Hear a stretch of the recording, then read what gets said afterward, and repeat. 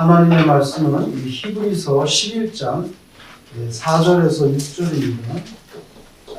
365페이지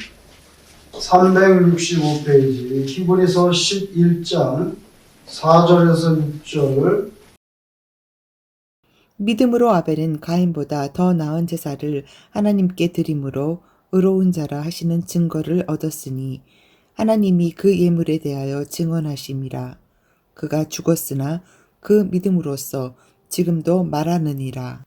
믿음으로 에녹은 죽음을 보지 않고 옮겨졌으니 하나님이 그를 옮기심으로 다시 보이지 아니하였느니라.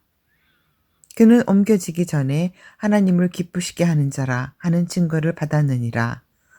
믿음이 없이는 하나님을 기쁘시게 하지 못하나니 하나님께 나아가는 자는 반드시 그가 계신 것과 또한 그가 자기를 찾는 자들에게 상 주시는 이심을 믿어야 할지니라.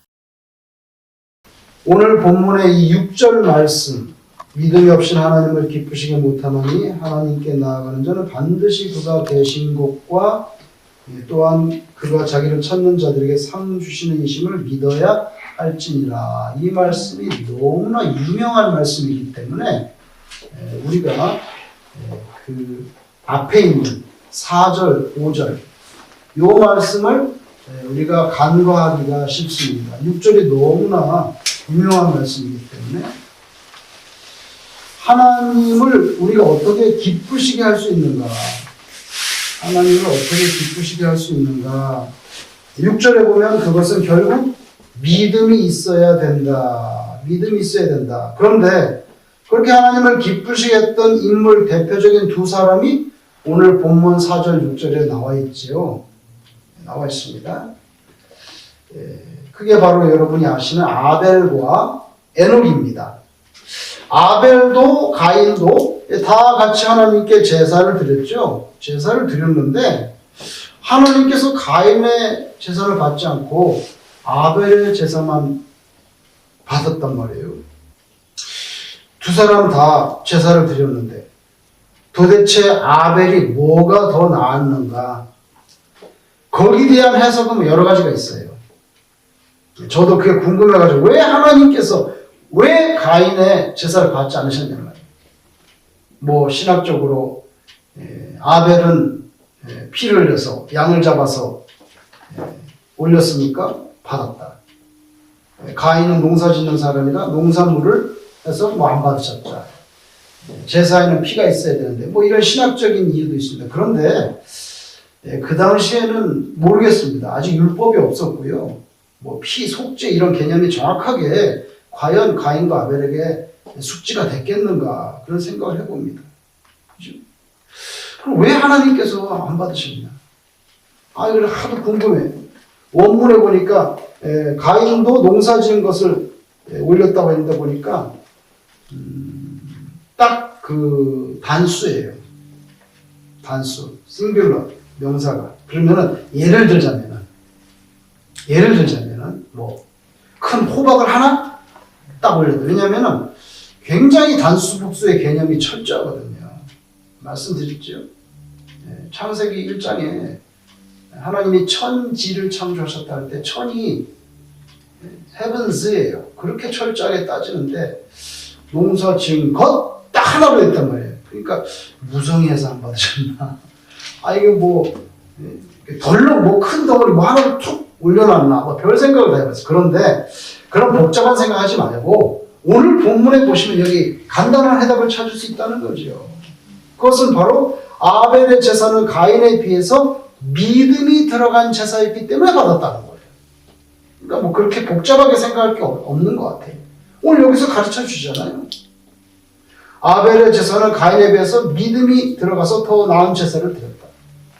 아마도 그렇게 따지면 가인이라는 사람은 하나님께 제사를 드리면서도 하나님의 존재에 대해서 불신하는 마음이 있었던 것이 아니냐.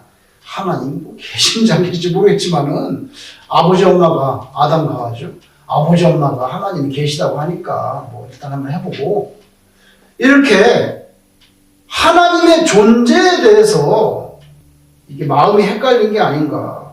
아벨은 하나님 살아계시다는 걸 확실하게 믿었다. 그렇게 생각할 수 있지 않겠냐. 그때는 아직 예수님도 없고 아무것도 없잖아요. 아무것도 없는 그런 문맥이 아니거든요. 그래서 아마도 가인은 하나님의 존재 자체에 대해서 불신하는 마음이 그럼 하나님을 안 받으시는 거예요. 또 5절에 이제 에녹이 나옵니다. 에녹은 죽음을 맛보지 않고 살아서 승천해버린 사람이에요. 얼마나 대단한 사람입니까? 하나님이 도대체 그 사람을 어떻게 생각하셨길래 야 너는 그냥 와라 빨리 만나자 뭐 이렇게 하신 거 아니겠어요? 그런데 그런 큰 복을 받은 이유가 5절에 간단하게 기록되어 있는데 에녹은 하나님을 기쁘시게 하는 사람이었다는 거예요. 하나님을 기쁘시게 하는 사람, 그래서 데려가 버렸다는 거예요. 그렇다면 에녹은 도대체 어떤 방법으로 하나님을 기쁘시게 했다는 건가? 하나님을 기쁘시게 했다? 뭘 어떻게 했는데? 재물을 많이 드리는 건지 뭘 했냐 말이에요. 뭘 했냐면 착하게 살았다는 건지 뭘 했길래 하나님을 기쁘시게 했느냐 그 내용이 뭐냐는 거예요. 기쁘시게 했다는 거. 그게 바로 오늘 6절에 있는 말씀이에요. 6절에 있는 말씀이에요. 자, 에녹은 살아있을 때 하나님을 기쁘시게 했다. 그리고 6절에 뭐라 그럴까? 믿음이 없이는 하나님을 기쁘시게 할 수 없나니 이렇게 나오잖아요. 그래, 그게 핵심이에요. 에녹이 하나님을 기쁘시게 했다고 한 거하고 그 다음 6절에 믿음이 없이는 하나님을 기쁘시게 할 수 없나니 요거 같이 연결을 해야 되거든요. 그래서 11장 6절은 믿음을 강조하는 말씀이지만 하나님을 기쁘게 하는 게 어떻게 가능한지를 에녹하고 엮어서 말씀을 해줬어요. 그래서 6절이 너무 유명한 말씀이라 그 앞에 있는 5절이 상대적으로 가까이 와닿지 않는데 에녹은 하나님을 기쁘시게 한 사람이다. 근데 믿음이 없이는 기쁘시게 할 수가 없어. 이렇게 나오는 거죠. 그러니까 방점이 기쁘다 해도 상당히 찍혀야 되는 거예요. 믿음에도 찍혀야 되지만.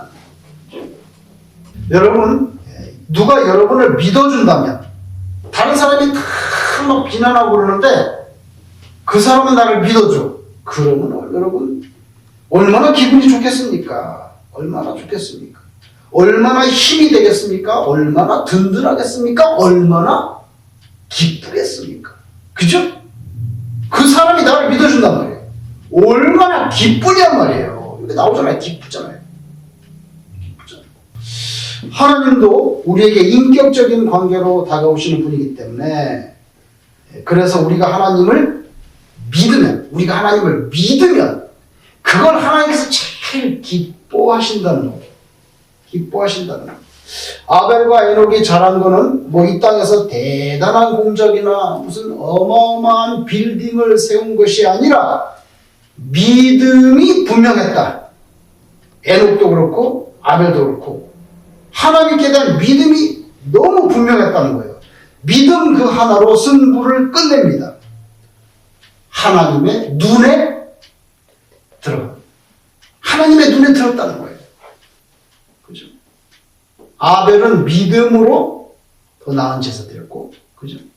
에녹은 믿음이 있어서 하나님을 기쁘시게 믿음 하나로 끝내버렸어. 하나님의 눈에 들어버렸어. 오늘 이 믿음에 관해서 말씀드리면서 끈기라는 것에 대해서 좀 묵상해 보고자 합니다. 끈기. 이거 국어사전에 찾아보니까 쉽게 단념하지 아니하고 끈질기게 견디어 나가는 힘. 이렇게 됐습니다. 근데 그 핵심은 지구력이에요. 지구력. 여러분, 재능은 타고나야 됩니다. 그죠? 그건 솔직히 인정할 수밖에 없어요. 음악적인 재능을 타고나신 분하고 안 타고나신 분하고는 뭐 미술적인 재능 타고나야 있잖아요.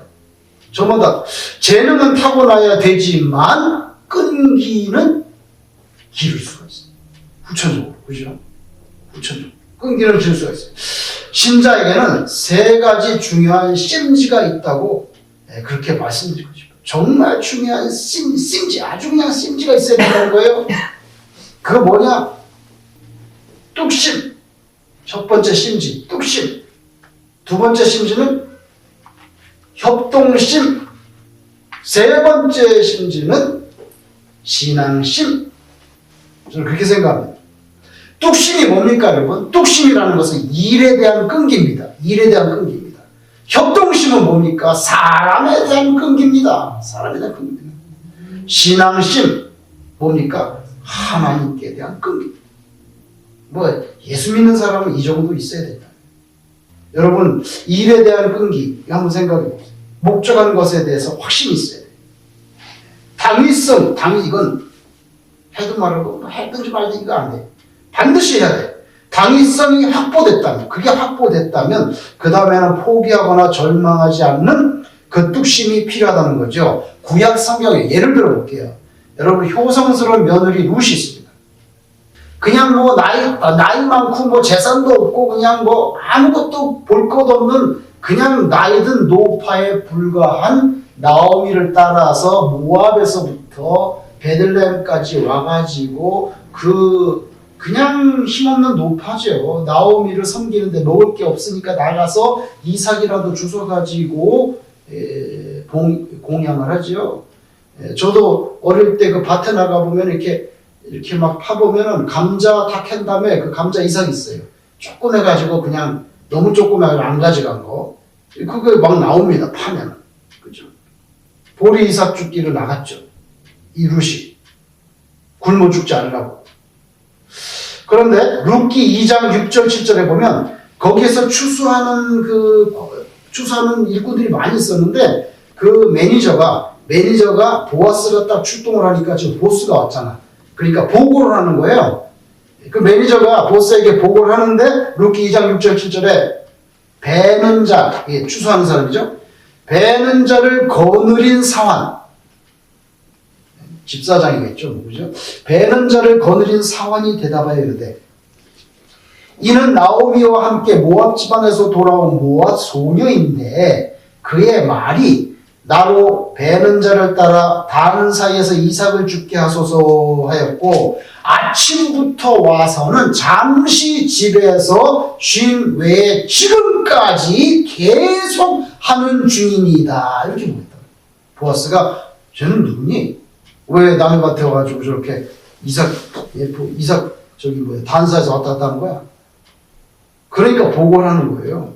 아니 저게 나오미 따라서 모압에서 온 여자인데 아침에 와가지고는 단 사이에서 이삭을 좀 죽게 해달라고 해서 그렇게 해라 그랬더니 잠깐 집에서 쉰 거 빼고는 지금까지 그렇게 계속 죽고 있네요. 이렇게 보고를 한 거예요. 뚝심이 있습니다. 뭐 좀 창피한 것도 있지 않겠어요? 남자들이 다 남자들이 일하는데 여자가 혼자 들어가가지고 뭐 말도 안 통하고 또 외국 여자고 뭐 말이 많을 수도 있는데 뚝심이 있어요. 제가 볼 때는 어떤 교회에서 10년 넘게 아프리카 탄자니아 선교센터를 지원하는데 마침 그 지역에 우물을 파기 위해서 기도하면서 계속 한 곳을 뚫었는데 안 나오는 거예요. 물이 잘못 짚었는지 안 나오는 거예요. 파이프를 80m까지 받았는데도 물이 안 나와. 얼마나 힘들겠어요, 여러분. 이거를 그냥 포기하고 딴 데 가서 딴 데 수맥을 다시 찾아봐야 되나. 90m도 판데 물이 안 나와. 실제로 있었던 일. 100m를 팠는데도 물이 안 나와. 아유, 이건 잘못 짚은 것 같은데. 여러분, 105m에 딱 팠을 때 물이 팍 올라왔어요. 105m. 105m를 팠어요. 그러니까 104m까지 파도 안 나오는 거예요. 뚝심이 있어야 돼요. 여러분, 물론 100m쯤 된 다음에 파이프 뽑고 새로 할 수 있지만, 그러면 처음부터 또 새로 해야 되잖아. 1m부터 새로 파야 되잖아요. 105m 팠을 때 그 깊이에서 비로소 생수가 터져 나온 그 간증을 제가 읽어본 적이 있어요. 여러분, 한 우물을 파는 그런 심정으로 신앙생활도 그렇게 해야 된다. 주의 일에 임할 때, 우리가 주님의 일을 하잖아요. 주의 일에 임할 때 거짓됨이 없고 하나님 앞에서 떳떳한 일이라고 하면 좀 뚝심 있게 이거를 감당할 수 있어야 된다는 거예요. 어떤 사람이 성공하느냐? 결국 적법한 일에 사명감을 가지고 끈기 있게 수고하는 자가 성공한다. 바울 사도가 갈라디아서 6장 9절에 우리가 선을 행하되 낙심하지 말지니 포기하지 아니하면 때가 이름에, 하나님의 때가 있다는 거죠. 이거 인정을 해야 됩니다. 때가 이름에 거두리라. 그래서 예수 믿는 사람 주의 일을 할 때도 뚝심이 있어야 됩니다. 주의 일을 할 때 일에 대한 끈기가 있어야 되는 거죠. 두 번째로 생각해 보면 사람에 대한 끈기가 필요합니다. 크리스찬에게는요, 사람 사이를 이어나가는 그런 따뜻한 마음, 또 협동하는 마음, 이거 중요합니다. 전도서 4장 12절에 한 사람이면 패하겠거니와 두 사람이면 맞설 수 있나니 세 겹줄은 쉽게 끊어지지 아니하느니라. 이렇게 말씀합니다. 하나님께서는 우리가 주의 일을 할 때에 어떤 분 혼자 모든 짐을 지고 일하다가 쓰러지거나 번아웃 되는 거, 그런 거 원하지 않지요. 하나님께서 그럴 때도 있어요. 한 사람을 통해서 역사할 때도 있지만 주로 우리가 함께 일하도록 그렇게 이끌어 가십니다. 예수님도 제자들을 전도하러 보내실 때 어떻게 했어요? 최소 몇 명? 2명씩 보냅니다. 혼자 안 되죠. 혼자 무슨 일 있으면 도와줄 사람도 없고 2명씩 예수님도 그렇게 보냈잖아요. 그러니까 성경 복음서를 읽어보세요. 제가 생각하기에는 제자들 12명이 있었는데 그 가운데 유독 가룟 유다 이 사람은요 독단적이에요. 홀로 생각하고 홀로 액션하다가 범죄의 길로 들어가는 그런 모습이 보입니다. 이 사람은 홀로 예루살렘 종교 당국자들에게 혼자 찾아갔어요. 혼자 찾아가서 야, 내가 예수를 팔아서 너희들에게 넘겨주면 얼마 정도 나한테 돈을 쳐주겠는지 독단적으로 가서 타진했습니다. 좋지 않아요. 독단적. 결국 그는 돈도 가지지 못하고 성경에 보니까 스스로 목숨을 끊는 그런 비참한 인생으로 끝나잖아요. 선한 일에 힘써야 됩니다.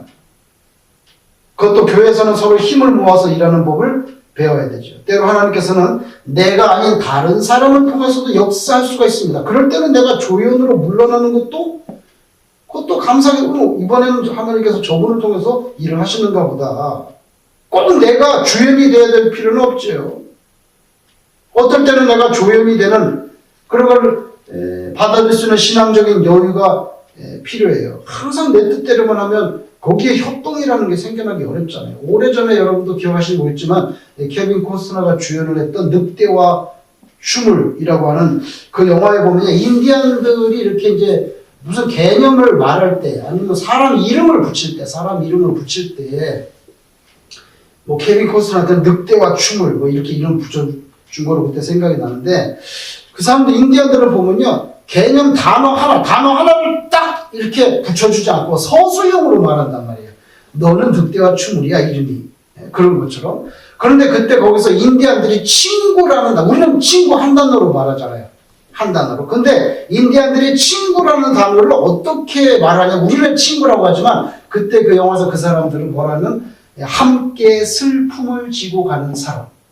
그게 친구라는 거예요. 그게 길어요. 서술형이야. 거기다 친구가 누구냐? 함께 슬픔을 지고 가는 사람. 그 친구라는 거예요. 여러분, 협동이라고 하는 말에 대해서 큰 교훈을 주는 것 중에 하이에나가 있어요. 동물의 왕국 같은 거를 보면 그런 좋아서 보는데 보면은요, 항상 볼 때마다 마음이 불편하고 좀 안 나왔으면 좋겠어, 쟤는. 그게 누구냐면 이놈 하이에나야. 떼거리로 몰려다니면서 솔직히 좀 보기가 그래 저는. 왜 그러냐면 일단 모습이 점이 막 박혀있고 근데 지저분하게 보이고 그리고 이상하게 여러분 하이에나 보셨어요? 그 필름에 보시면 거구정해 이렇게. 여러분 사냥개라든지 말은 보면 이렇게 쫙 빠졌잖아요. 이렇게 딱 이렇게 뭐 사자도. 근데 하이에나는 뭔가 이상해. 자세가 이렇게 이러고 있단 말이에요. 이러고 보셨죠? 하이에나 이러고 있지. 나는 왜 그런지 모르겠어. 꼭 응감에 이런 사람처럼 이러고 있단 말이에요. 하여튼 지저분하게 보이고 자세도 좀 꼬정한데 안 났으면 좋겠어. 그냥 안 났으면 보기에 불편해. 그런데 이제는 다르게 제가 생각해 보려고 그래요. 몸에 점이 있는 것은 하나님께서 그렇게 창조를 하셨으니까 그걸 제가 뭐라고 할 수가 없고, 자세가 좀 이렇게 돼 있어요. 이렇게 약간 꺾구정하게 된 것도 그렇게 태어났으니까 어쩔 수 없다. 여러분, 저는요, 하이에나가 왜 이러고 있는지 기분 나쁘고 뭐 주춤하고 응감해 오는 것처럼 찾아봤어. 도대체 왜 그러냐. 여러분, 하이에나는요, 생물학적으로, 신체적으로 하이에나는 앞발이 뒷발보다 길대요. 그걸 몰랐지, 저는. 그걸 몰라. 전부 다 이러고 있는 거예요. 앞발이 뒷발보다 길기 때문에 서 있거나 하면은요, 자연스럽게 등으로, 꼬리로 갈수록 이게 뭐예요? 이렇게 내려가. 다른 개나 말들은 쫙 이렇게 돼 있는데, 얘는 그냥 자기가 서 있는데도 남이 볼 때는 이렇게 내려서 엉거주춤 걷구정하게 보이는 거예요. 근데 그걸 내가 기분 나쁘다 그러면 자기는 섭하지.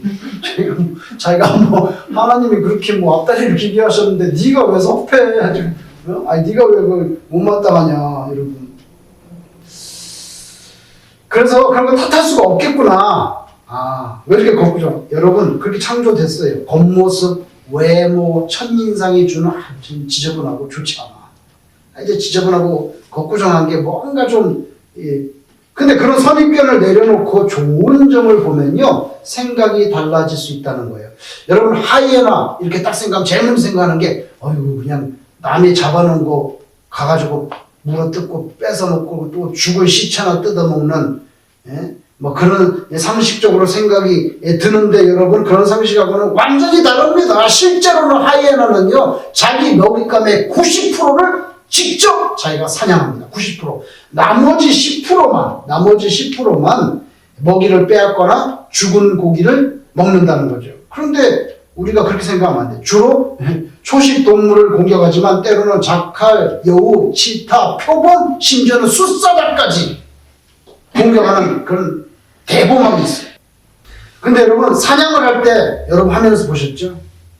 최하 10마리가 달라붙어요. 최하. 그리고 많게는 25마리가 달라붙어서 숫사자 공격하는 거 보셨어요? 정말 20-30마리가 달라붙습니다. 사자가 감당을 못해요. 한 번씩 와서 물어제끼는데. 여러분, 함께 협력해서 공격합니다. 어떤 논문에는 보니까 협력해가지고 문제를 해결하는 한에 대해서는 하이에나가 침팬지보다 뛰어나다고 쓴 논문이 있어요. 협력에 관해서는 타의 추종을 불허한다는 거예요. 침팬지 머리 똑똑하지만 협력하는 거에 대해서는 하이에나가 침팬지를 능가한다고 그렇게 결론 내린 그런 학술지가 있어요. 여러분, 협동력뿐만 아니라 목표한 먹잇감에 대해서 집요한 지구력이 또 대단합니다. 지구력.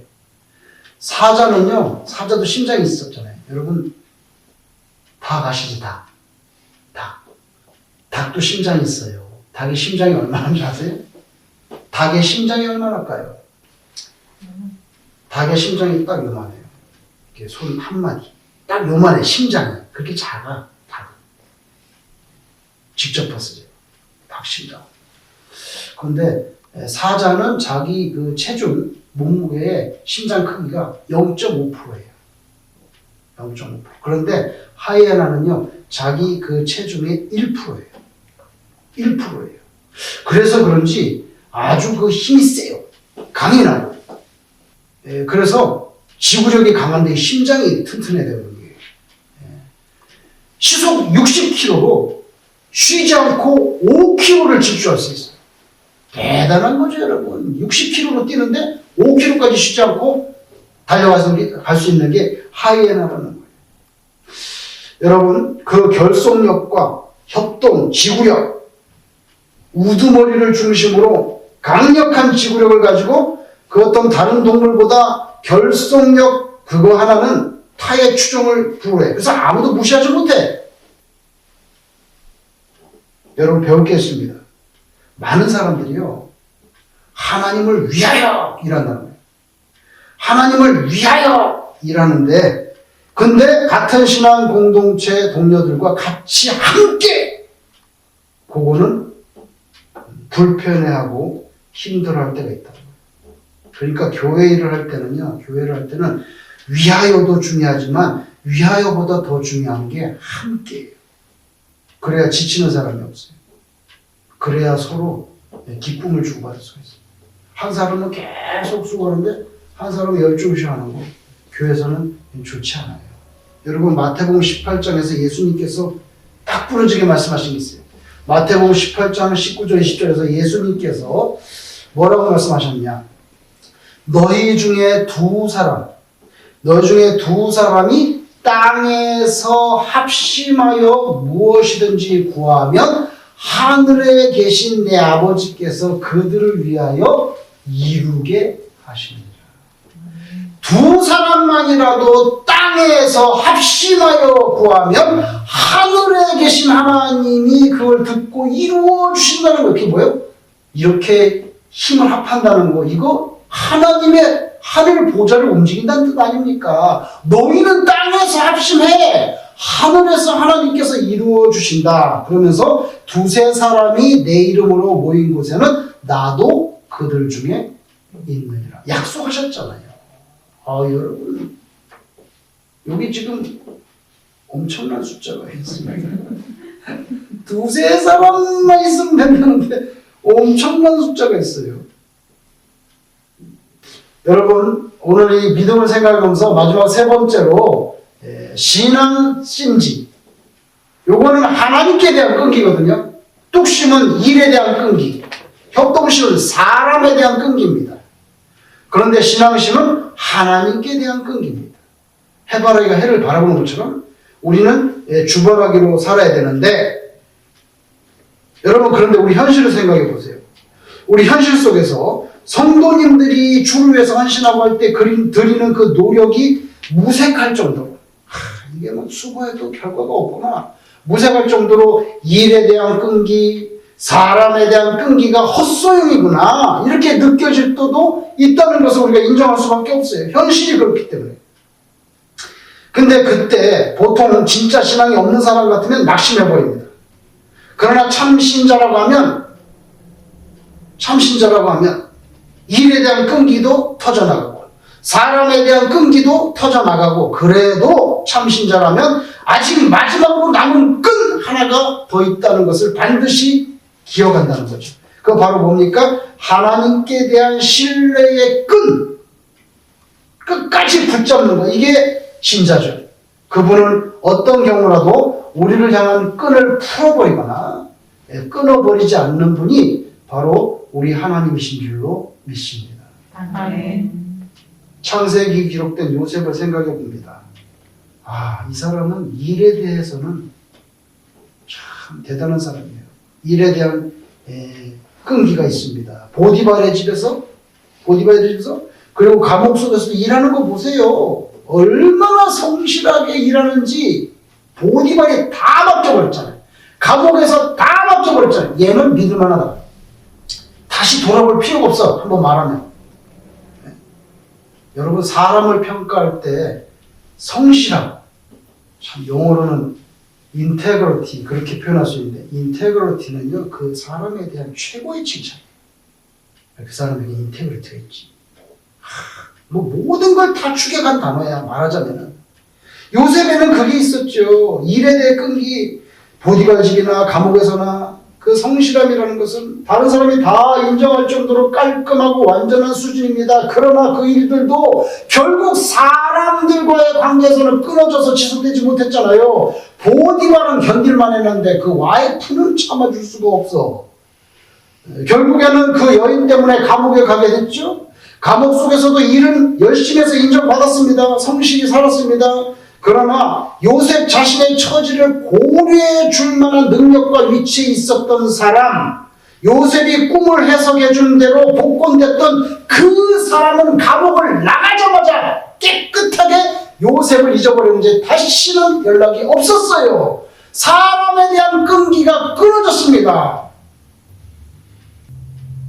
만약 그 순간에 더 이상 내려갈 데도 없구나, 완전 밑바닥이구나 내 인생이, 그럴 때 하나님을 원망하고 자신을 그렇게 만들었던 사람, 나를 잊어버린 그 야속한 사람들을 정죄하면서 적극적으로 절망해버렸다고 하면은 요셉의 인생은 결론적으로 그저 고생만, 우리식으로 말하면 식상하게 하다가 고생만, 이 표현이 너무나 좋은 거, 한 표현. 얼마나 멋있어요. 고생만 죽도록 하다가 이 약해. 고생만 식상하게 하다가 그냥 그 깊은 토굴 감옥 속에서 흔적도 없이 사라졌을 거예요. 여러분 생각해 보세요. 저는 그런 생각, 그 정도면 자살할 수도 있겠다. 왜냐하면 외국인이죠. 말도 잘 안 통하지. 뭐 내가 영주권도 없고 나는 노예니까 술을 걸 수도 없어요. 노예니까. 그럼 내가 여기서 영원히 살다 죽으려면 죽어야 된다는 건데, 근데 생각해 보세요. 하나님은 바로 왕의 꿈을 꿔가지고 조금 있으면 요셉을 불러 올리려고 다 계획하고 계신데, 하나님은 다 준비하고 있는데 요셉은 나는 간다. 잘 있어라, 나는 간다. 이게 얼마나 황당한 스토리가 되겠어요. 여기에서 이제 남는 거는 바로 하나님께 대한 끈기. 그게 바로 신앙이라는 거죠. 그게 바로 신앙이라는 거죠. 여러분, 요셉에게는 일에 대한 끈기, 사람에 대한 끈이 끊어졌어도 여전히 끊어지지 않았던 더 굵고 아주 강한 선, 그게 있었죠. 하나님께 대한, 눈에는 보이지 않았지만 이 성실한 노예 그 영혼 속에 그 하나님께 대한 신뢰의 끈이 분명하게 있었다는 거죠. 제가 옛날에 어떤 분에게, 어떤 목사님, 아주 유명한 목사님이 있어요. 그래서 그 목사님 이름을 대면서 당신은 이 목사님에 대해서 어떻게 생각해요? 그랬더니 잠깐 2, 3초 머뭇거리더니 딱 한마디를 하는데, 선이 굵은 분이죠. 선이 굵은 분이죠. 그래서 내가 잊어버리지 말아요. 선이 굵다. 무슨 말일까? 선이 굵은 분이죠. 여러분, 전데 이 말씀을 생각하면서 그 생각이 나더라고요. 근데 선이 굵은 사람이 된다 하는 말은요, 제 생각에는 최소한 크리스찬들, 다 세상 사람들은 그렇게 말할지 모르지만 크리스찬들에게는요, 선이 굵은 사람이 된다는 게 내 자아와 개성이 독특하고 강하다, 그런 뜻이 아니어야 된다는 거죠.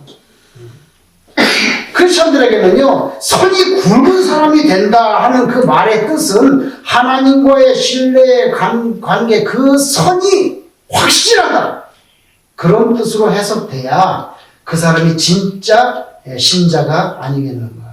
시편 59편 9절에 하나님은 나의 요새이시니 그의 힘으로 말미암아 내가 주를 바라리이다. 오늘 공독한 히브리서 본문 말씀에 우리 신앙생활이 어떠해야 하는지 잘 요약되어 있습니다. 결국 하나님의 존재, 그리고 하나님을 찾는 사람들에게 상을 주신다는 거, 그거에 대한 확고한 믿음이 생명이라는 거죠. 여러분, 하나님께서 우리가 허락하신 일들이 있습니다. 뭐 기도한다든지, 말씀을 읽는다든지, 전도한다든지, 뭐 세상 일터에 나가서 생계를 위해서 일한다든지, 주의 일이든 세상 일이든 성실하고 정직하게 일하는 거, 일에 대한 확실한 끈기, 뚝심이 있어야 됩니다. 또 세상에서뿐만 아니라 교회 안에서도 한신한 공동체 안에서는 혼자 일하기보다는 협동해서 일하고 서로 존중하고 도와주는 것, 그 흉한 모습의 하이에나도 협동하는 결속력에 대해서는 귀감이 되는데 하물며 심지어 신자가 전부 각자 자기 좋아하는 방식으로만, 자기 중심적으로만 생각하고 일한다고 하면 그거는 서글픈 일이죠. 서글픈 일이에요. 그리고 이 두 가지보다 훨씬 더 중요한 거, 하나님과의 관계의 끈, 신앙식이죠. 그런 면에서 여러분들이 선이 굵은 사람. 여러분, 우리들에게 이 세 가지 심지가 확고하게 뿌리 내려져서 모두 다 하나님 앞에서 신자라고 하는 이 맥락에서의 참 성공자가 되시기를 주님 이름으로 축원합니다. 아멘. 기도하겠습니다.